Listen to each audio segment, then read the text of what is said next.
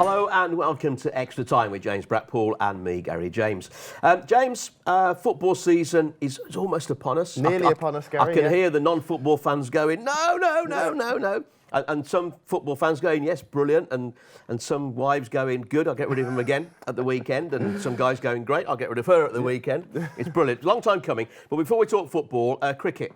Let's talk cricket. Warwickshire. Had a bit of an up and a down at the weekend, didn't they? It was a bit of a strange one, Gary. Yeah, they were, played Leicestershire on the Friday and lost by 7 wickets, I believe it was. Yeah.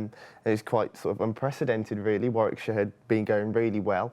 And to lose by 7 wickets is fair to say it's a bit of a battering, really. But, you know, the best thing for them, really, to play 2 days afterwards, they could get straight back on it and defeated Yorkshire by 6 wickets. And, you know, Varun Chopra said after the game that it was just the best thing for them because, you know, that if they have another week, another couple of weeks to, you know, prepare for a game, they're itching to get out there, aren't they? Yeah. Does that happen very often where they get sort of zeros damn it back to back? It's here and there with the T20, obviously, because a lot of it can be weather dependent. You know, so it does happen here and there. It's not too common. Warwickshire's next game is Friday against Lancashire. And currently second in the T20 Blast North group. And they're looking well placed to make finals day. Well, certainly the quarterfinals. And defend the title. Hopefully finals. Hopefully, it'd be good to see. Yeah. I'll be at Edgbaston cheering them on. I think we all will. It'd be great to be down there. Yeah, it'd be fantastic if they do that. And Brendan McCullum, I think he plays his first game, doesn't he? I think he does. Yeah, I know his debut was scheduled to be against Lancashire, and obviously he's going to make such a big difference. We saw in the 5 ODIs against New Zealand that McCullum is, apart from his exceptional skills as a batsman, he's got a real cricket brain. He's a proper cricketer.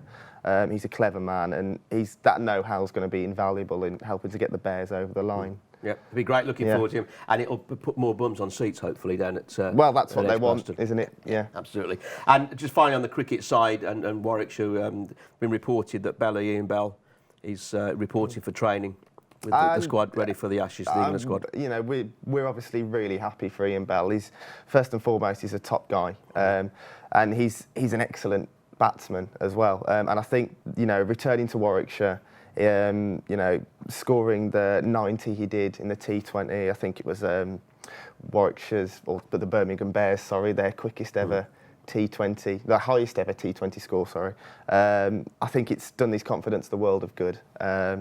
And, you know, you can't doubt Ian Bell's class, and we're really happy for him. Yeah, good. So cricket. So football then.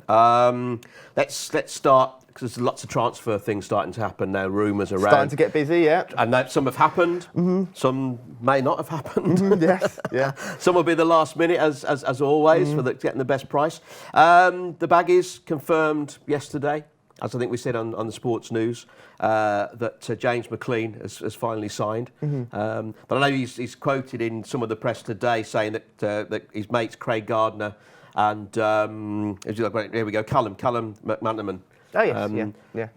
Because he's known them both for a long time, and they persuaded him that Baggies was the right choice to come and play. And of course, he's come from Wigan, wasn't it? Wigan, yeah. I think Tony Pulis will have had quite a large pulling factor for players like that. People forget when McLean started playing in the Premier League, he was playing superbly well, and he had quite a serious injury, kept him out for a while, and he's perhaps struggled to recapture the sort of form that, you know, when he started, people sort of taken back a little bit by James McLean. Albion are looking for players to strengthen down the left, linked with Robbie Brady as well from Hull. They want people who can do a job on the left wing, even left back. We've seen with Chris Brunt, he's done it this season. But I think James McLean's going to be another shrewd signing for Mr. Pulis. Well, I mean, again, you say they're looking for around about 10 players. Reports are that he wants to get in.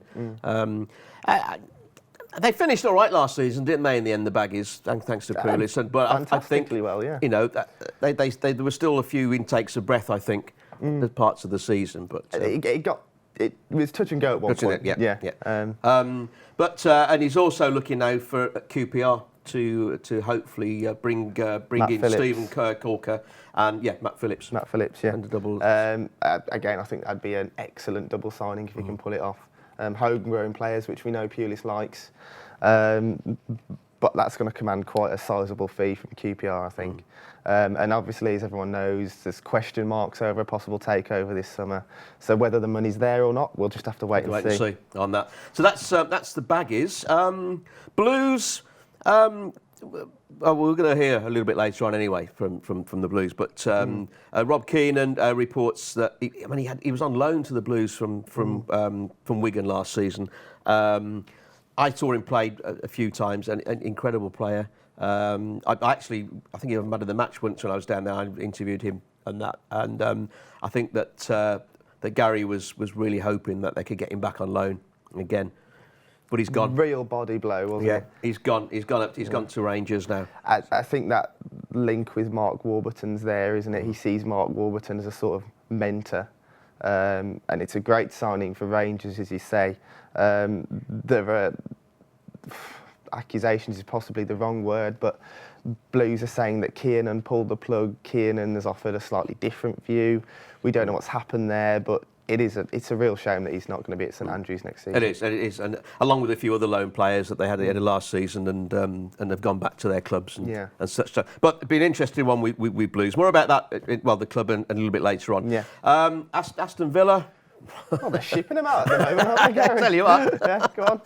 Buy one, get one free. Yeah. It's a bug off. Yeah. But Kieran Clark, it's been reported either yesterday in the press or first thing this morning that he's been offered. He's got 1 year left to go on his contract. Yes. At the moment. But Tim wants him long term. He's a good prospect, Kieran Clark, as well. So they've offered him another contract. It was 2 or 3 years, I think, on that. And I think he's had to do it because there's still doubt over Ron Villar.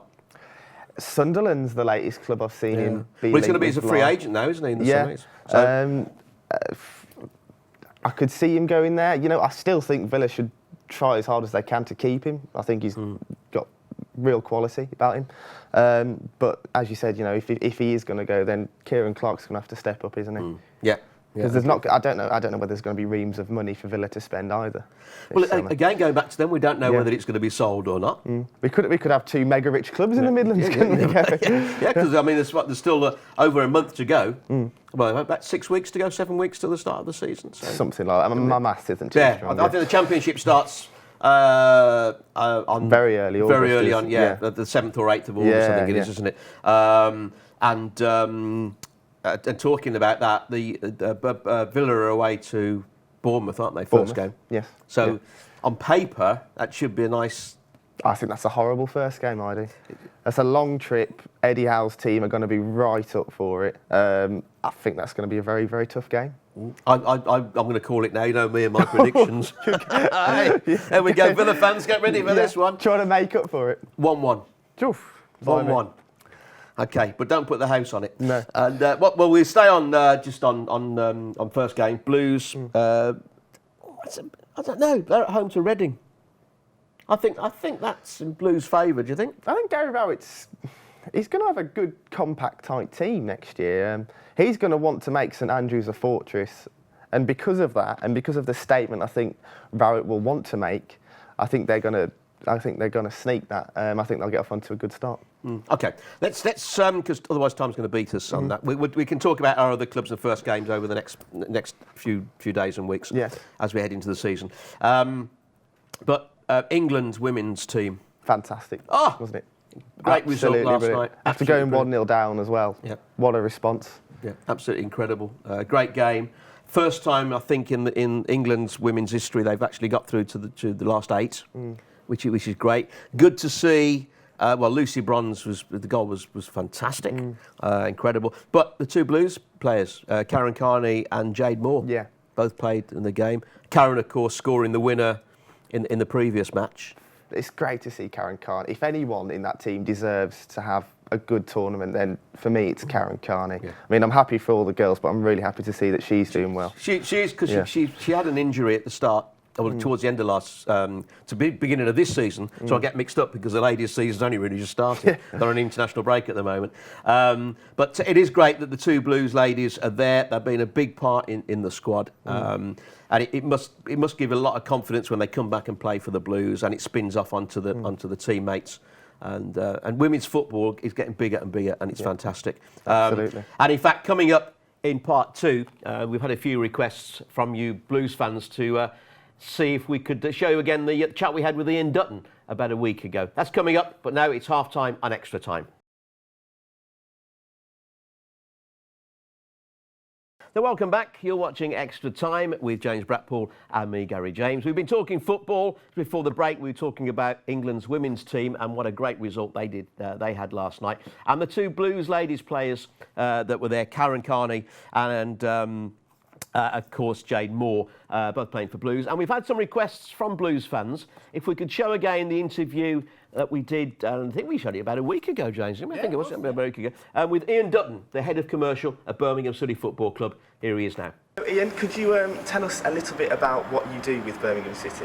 Well, firstly, James, welcome Big Centre TV to Birmingham City Football Club, pride of the Midlands and all that. But yeah, my responsibility is of head of commercial. I've been working here now for 8 years.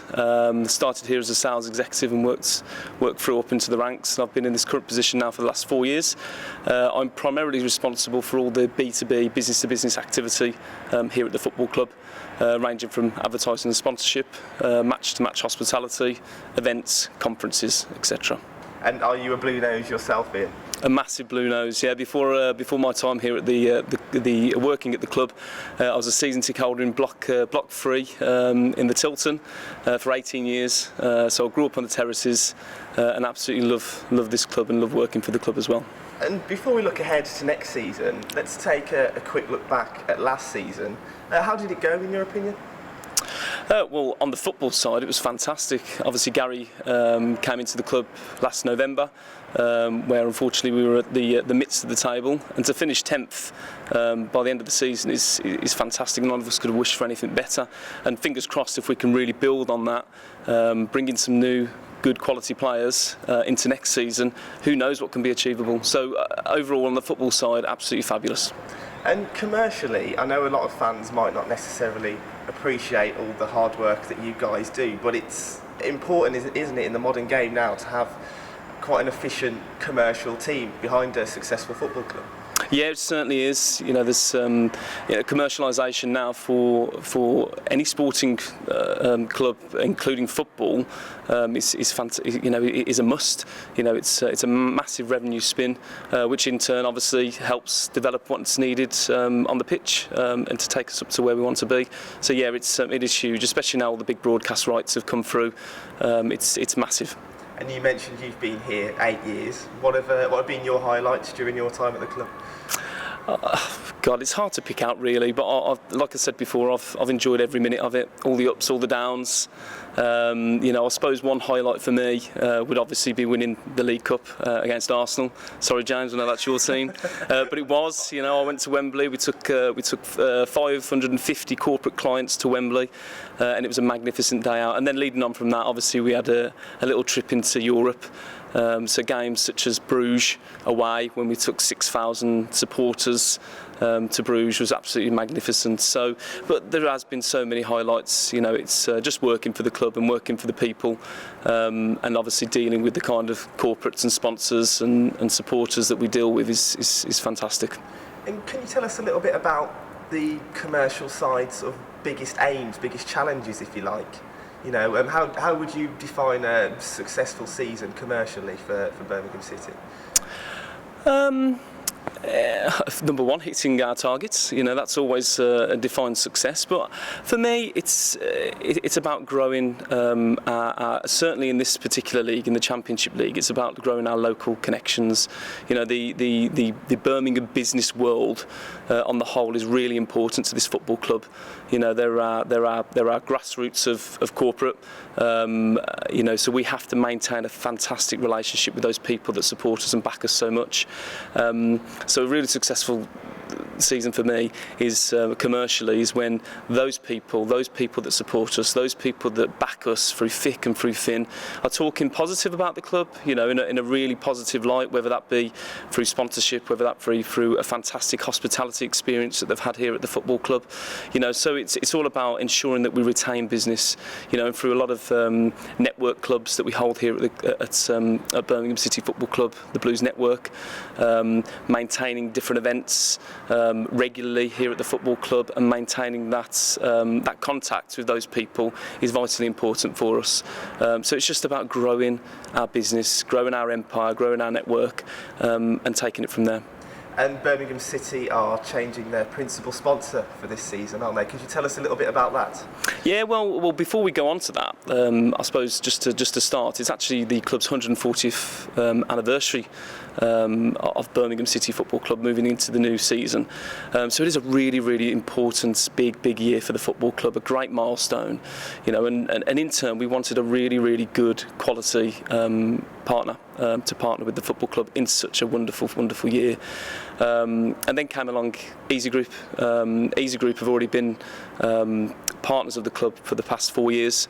2 years ago they were actually principal shirt partners, and in between that they've been diamond partner here at the club, and they've now agreed to become principal partners once again for this magnificent 140-year anniversary moving into next season. So I can't thank Dominic O'Reilly, the group CEO, and everyone else at Easy Group enough on behalf of the club.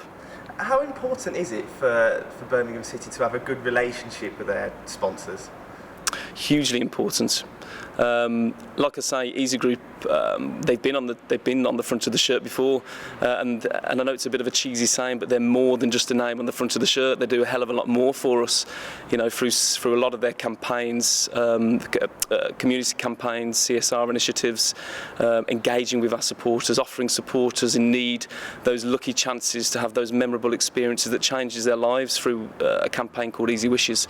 So that's been really, really engaging for us, and great positive PR for the football club as well, you know. So it's all about a two-way partnership, and like I say, we want someone that is more than just a name on the shirt. We want someone that's going to work with us, work through the challenges, and make it a success, and make this great football club a success twofold.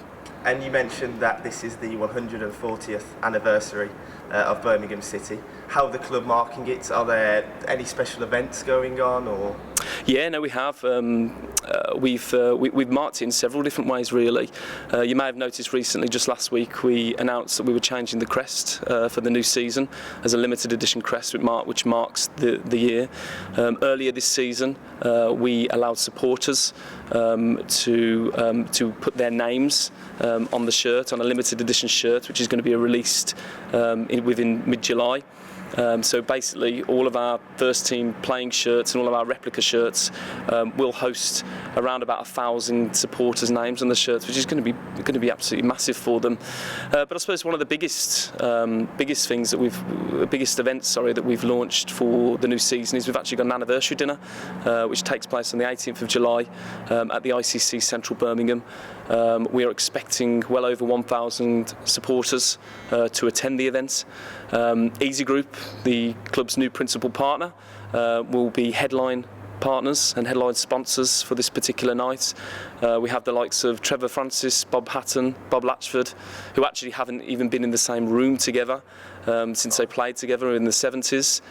We've got more recently the likes of Curtis Davis, Darren Carter, who scored the winning penalty to take us to the Premier League all those years ago, Barry Fry, so we know it's going to be a really fun night. It's always good value, isn't he, Barry? Malcolm Page, Gary Pendry, Alec Govan, the guy that brought up, who brought Keep Right On to St Andrews. They're all going to be in attendance, plus another 60 to 70 more. So it's going to be a really, really good night, and I'd advise those who haven't booked, if you are an avid Birmingham fan, to contact the commercial department at the earliest opportunity. And so yes, tickets are still available. Tickets are still available, but they are limited. And looking ahead to next season, Ian, what do you hope for as a supporter, first off, for Blues? Oh, top of the league. No, I just want us to progress from this season. You know, it's we did have our challenges last season. I think it's really important that we sustain stability. You know, we all get behind Gary and the team.